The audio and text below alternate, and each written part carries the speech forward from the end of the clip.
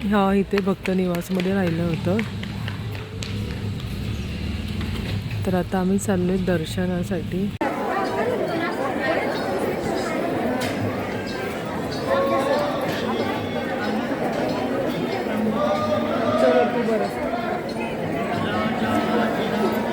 श्री शंकर महाराज त्यांचा प्रवेशद्वार आहे. आता आपण त्याच्यामध्ये दर्शन घेऊया आणि पुढे पादुकाचं दर्शन सुद्धा आपल्याला घ्यायचं आहे.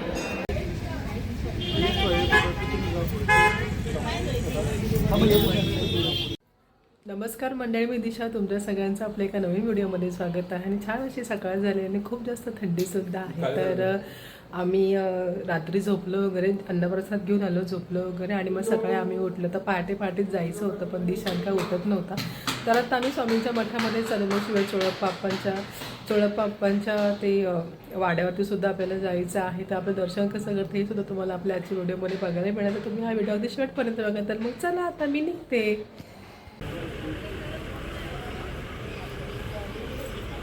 दिशांक. तर आम्ही आहे ना हा इथे भक्त निवासमध्ये राहिलं होतं. तर आता आम्ही चाललोय दर्शनासाठी. आणि हे गाडी बघतो, कोणतरी गाडीला स्क्रॅच मारले. काय यार, आपण जाऊ तिकडे, कोण ना कोण काही ना काही उद्योग करतोच. खूप जास्त थंडी आहे, खूप म्हणजे खूप. लोकंसुद्धा येतात कारण आज आहे शनिवार. काही लोक जात आहेत, काही लोक येत आहेत. तर इकडे असे बरेचसे गोष्टी आहेत.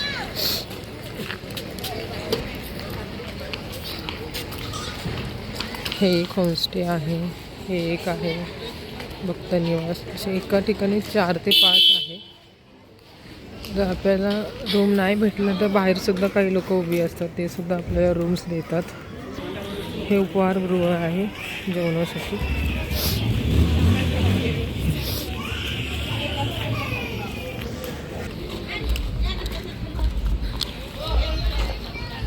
तर आता आम्ही जिथे राहिलेलो तिथून थोडंसं पुढेच स्वामींचं मठ आहे. ते जिथे आपण काल जेवायला सुद्धा गेलो होतो ना, म्हणजे अन्नप्रसादासाठी. तर तिकडेच आहे, जवळच घेतलं आम्ही हे. कारण कसं आपल्याला लवकर दर्शनसुद्धा घेता येईल आणि आपल्याला दुपारी 12 वाजता चेकआउटसुद्धा करायचं आहे. म्हणून खूप थंडी आहे.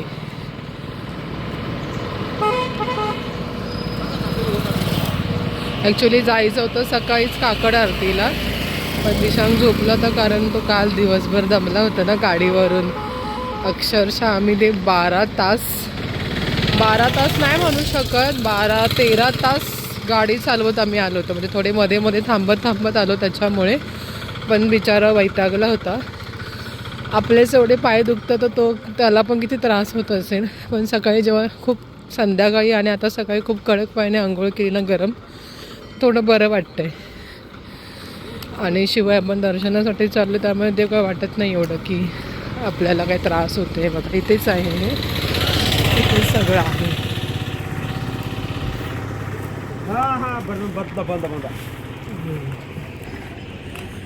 इथून आपल्याला असं आतमध्ये जायचं आहे.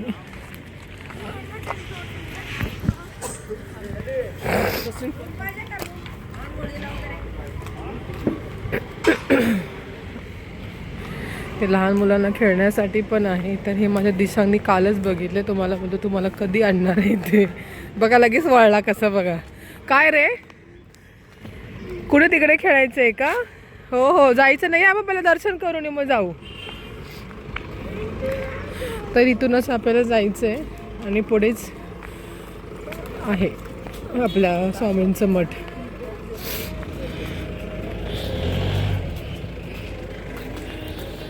किती सगळं क्लीन आहे बघा. गर्दी तर खूप जास्त आहे. आणि दिशांचे बाबा माझ्यावरती चिडलेत कारण मी स्लो चालते ना, त्याच्यामुळे. थंडी एवढी लागते तर पाय नुसतं आकडतात, म्हणून ते ओरडत आहेत की चल लवकर. दिशांगला माझ्या सर्दी झाली लगेच. थांब, रुमाल देते, थांब.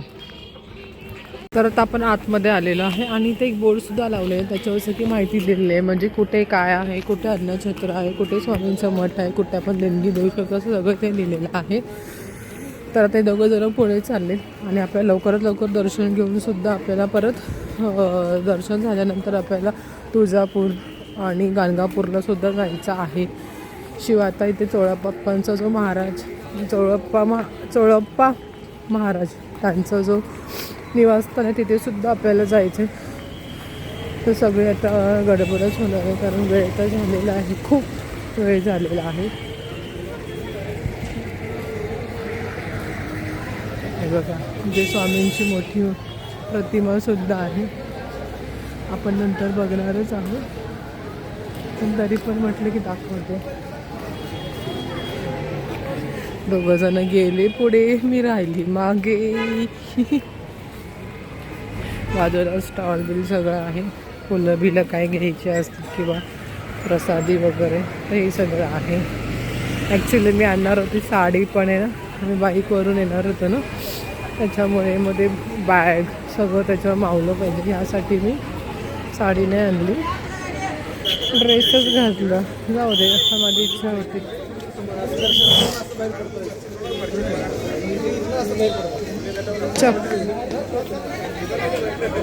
तर आता हे समोर आहे, हे मंदिर आहे स्वामींचं. तर आता इथे आपल्याला चप्पल वगैरे काढायचे. काय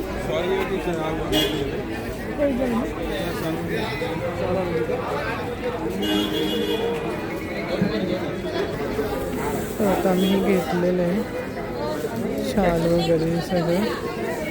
भाऊ आहे तिकडे, निशांग.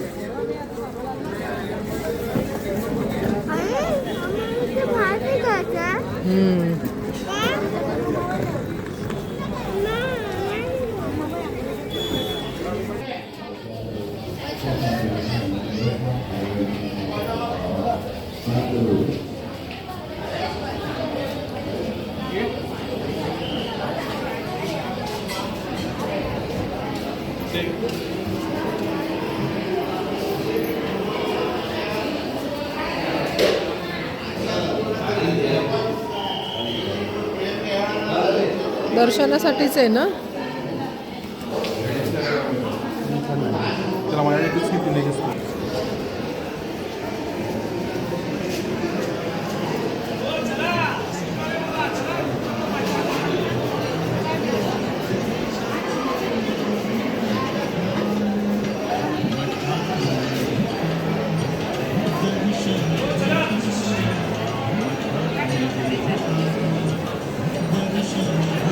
दिशा इकडे ये.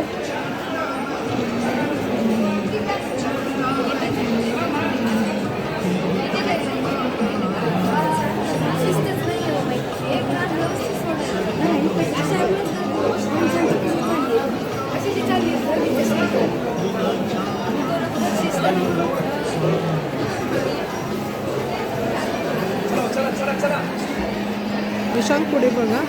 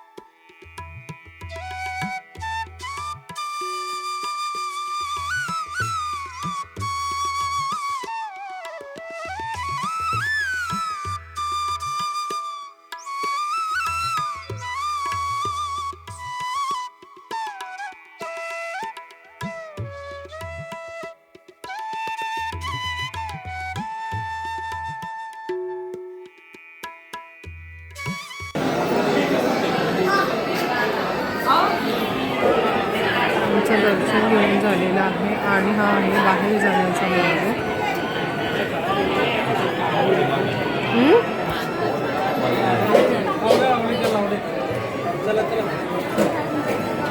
आहे. हा तो घ्या ना तो आपल्याला.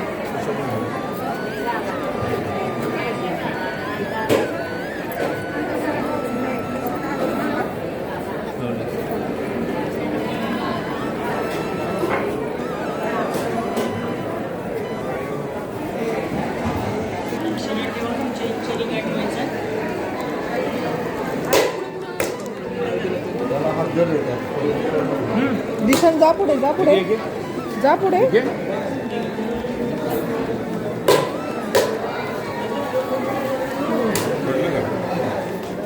कुठे नारळ तो.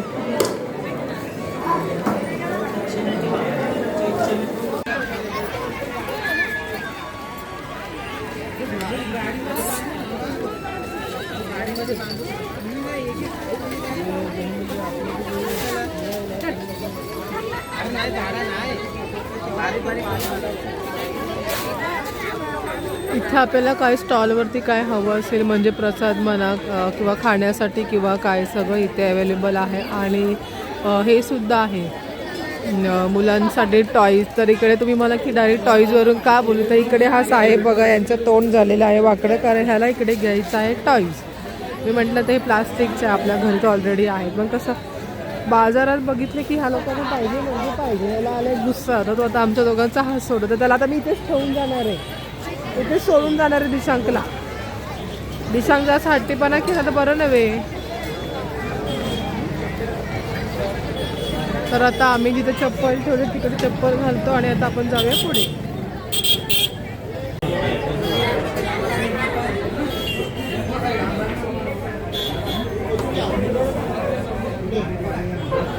वडा दे, फक्त वडा दे. एक प्लेट वडा.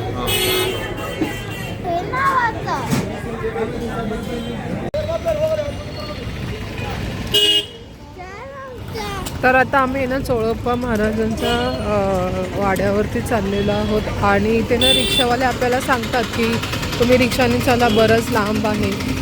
सीटप्रमाणे 50 रुपये घेतात आणि डायरेक्ट जायचं तिथे 100 रुपये घेतात. तर आता आम्ही पण असंच फसलो होतो. तर एक भाऊ भेटले, ते बोलले की आहोत आई इथून जवळच आहे, तुम्ही कशाला रिक्षाने जाता, ते लोक तुम्हाला फुकट लुटतात. तर आता आम्ही चालत चालले. म्हणजे सांगण्याचा उद्देश हाच की तुम्हीसुद्धा असा विश्वास न ठेवता कोणाचा तरी व्हिडिओ फॉलो करून मगच या, जेणेकरून तुम्हाला सगळ्या गोष्टी व्यवस्थित कळतील. आता आम्हीसुद्धा इथून चालत जातो आहे आणि जवळच आहे असं आम्हाला सांगितलं, म्हणून आता आम्ही पण चालत जातो आहे. तर दिशांचे पण पुढेच मी आणि दिशांक मागे आहे. तिकडे 2-3 खंडोबाचं मंदिरसुद्धा आहे. स्वामींचं समाधीसुद्धा स्वामींनी जिथे आपण सगळं बघणार आहोत.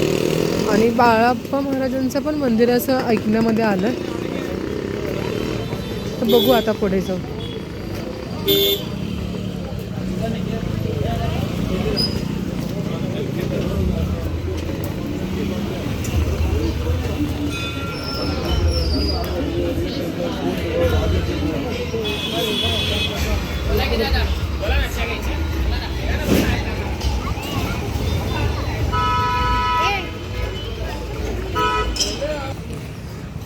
जे जवळजवळ ना 15 मिनटं लागतात आपल्याला चोळप्पांच्या वाड्यावरती जायला. तर इनफ आहे ना, 15 मिनटं आपण चालून जाऊ शकतो. तेवढं आपलंसुद्धा वॉकसुद्धा होतं. आणि तेवढ्याच्या गोष्टीसाठी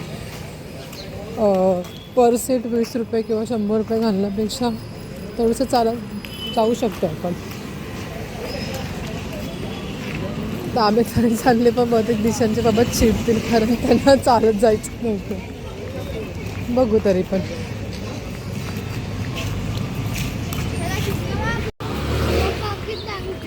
हां, इकडे छोटे छोटे दुकानं आहेत ना, म्हणजे गावाला तशी असतात ना तशी. तर मला कसं, मी संगमेश्वरची कोकणातली ना, तर तिकडे पण बाजारामध्ये सेम असे दुकान आहे. तर मी म्हटलं की सेम मला आमच्या बाजाराची आठवण आली, कारण आमच्या आजोबा आम्हाला बाजारात घेऊन जायचे लहान असताना. आणि मग नंतर आजोबांच्या नंतर तर पप्पाच जायचे बाजारामध्ये, आई वगैरे असं आम्ही कोण जायचो नाही. पण आठवण आली की अजून गावं आहेत असं. तर खूप छान अशी छोटी छोटी दुकानं आहेत.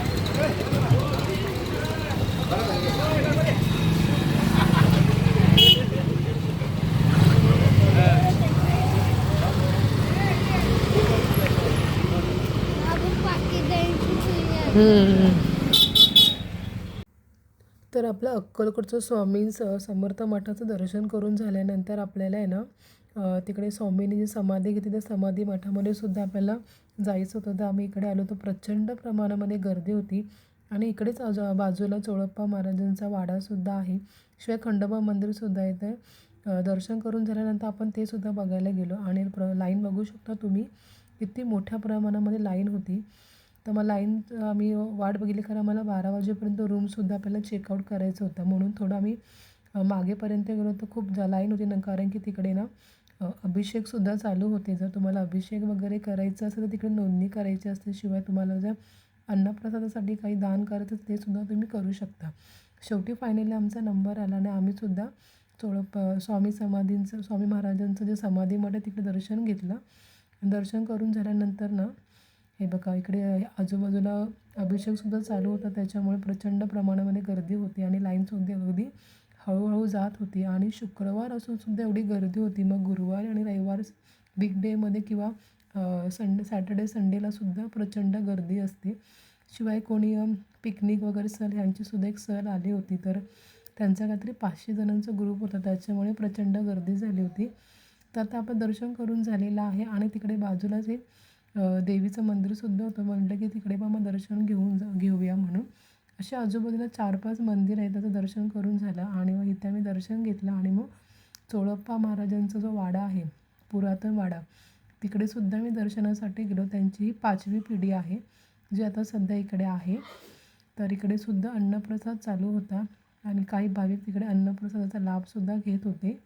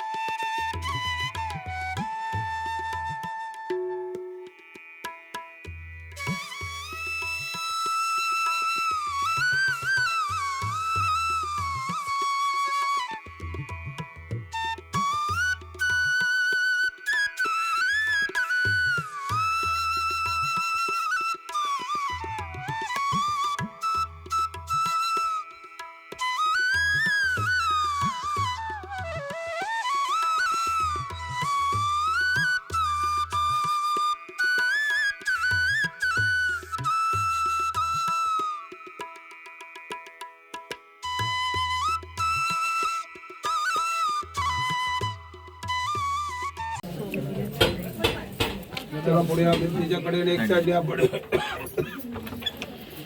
चोळप्पांचा वाडा 21 वर्ष. या वाड्यामध्ये स्वामी राहिले 147 वर्ष समाधीला झाले. चोळप्पांची 5वी आणि पिढी चालू आहे. बाहेर बसलेले चोळप्पांची 5वी पिढी. त्यांनी वापरलेला अंगारखा रुद्राक्ष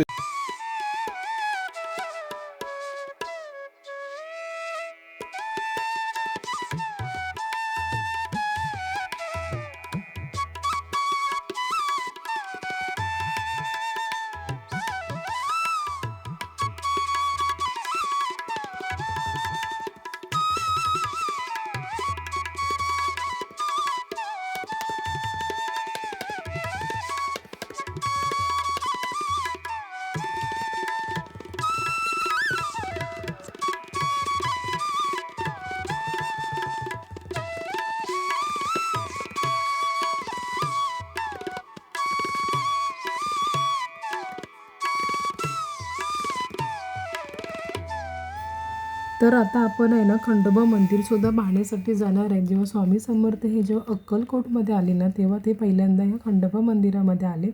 तर इकडे सुद्धा आमचं व्यवस्थित दर्शन झालं. आणि ही जी मंदिर आहेत ही आजूबाजूलाच असल्यामुळे आपल्याला दर्शनसुद्धा व्यवस्थित होतं.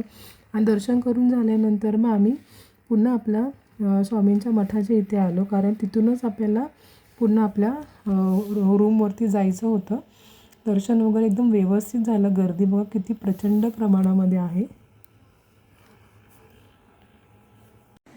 तर आहे ना छानपैकी आपलं स्वामींचं दर्शन घेऊन झालेलं आहे. शिवाय तिकडे खंडोबा मंदिर आणि सोळाप्पा महाराजांचा वाडा हे सगळं आम्ही बघून आलो. आणि आता आपली वेळ झालेली रूम चेकआउट करण्याची. दिसांसाठी खेळणं घेतलेलं आहे. शेवटी त्याला काही ना काही त्यातलं एक हे घेतलेलं पॅरेट काहीतरी.